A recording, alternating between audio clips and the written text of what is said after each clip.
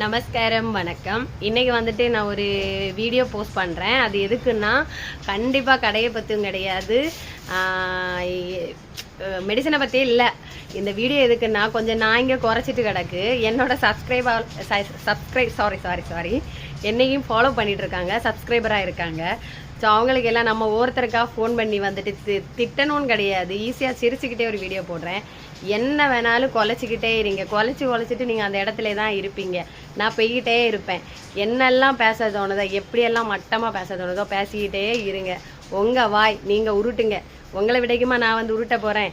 என்ன வேணாலும் சொல்லிட்டு இருக்கீங்க. வேலைக்கு போகிறவங்கள பற்றி தப்பாக பேசுகிறதே வீட்டில் வெட்டியாக சோறு தின்னுட்டு இருக்கவங்களோட வேலைன்னு எனக்கு நல்லாவே தெரியும்.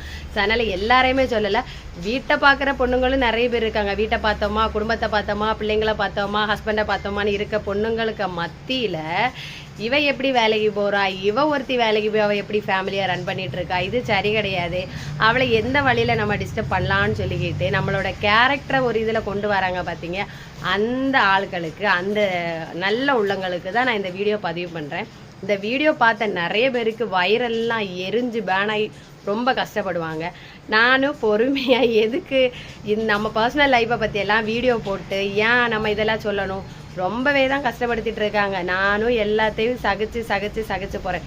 நீங்கள் சாப்பாட்டை நான் பங்கு கேட்டேன், நான் உங்கள் வீட்டில் வந்து பங்கு கேட்டேன், நான் உங்கள் துணியில் நான் பங்கு கேட்டேனா, என்னத்தை நான் பங்கு கேட்டேன்? இல்லை, உங்களை பற்றி தான் நான் எடுக்கேனா. நீங்கள் எங்கே போங்க, என்ன வேணாலும் பண்ணுங்க, எப்படி வேணாலும் இருந்துக்கோங்க, எனக்கு அது தேவையே கிடையாது. நான் என்னோட வழியில், நேர்மையான வழியில் ஒரு இடத்துல நான் போயிட்டுருக்கேன். அதில் வந்து என்னை குறுக்கிட்டு எனக்கு மனசார பிடிச்ச ஒரு வேலையை பற்றி சொல்லி மற்றவங்களுக்கும் சொல்லி கொடுத்து நானும் புரிஞ்சுக்கிட்டு சந்தோஷமான ஒரு வாழ்க்கையை வாழ்ந்துட்டுருக்கேன். சும்மா நந்தி மாதிரி குறுக்க வந்துக்கிட்டு ஏன் போட்டு உங்களவே நீங்கள் கேவலப்படுத்துறீங்க? நீங்கள் ஒரு ஆள்கிட்ட சொல்ல, அவங்க இன்னொரு ஆள்கிட்ட சொல்ல.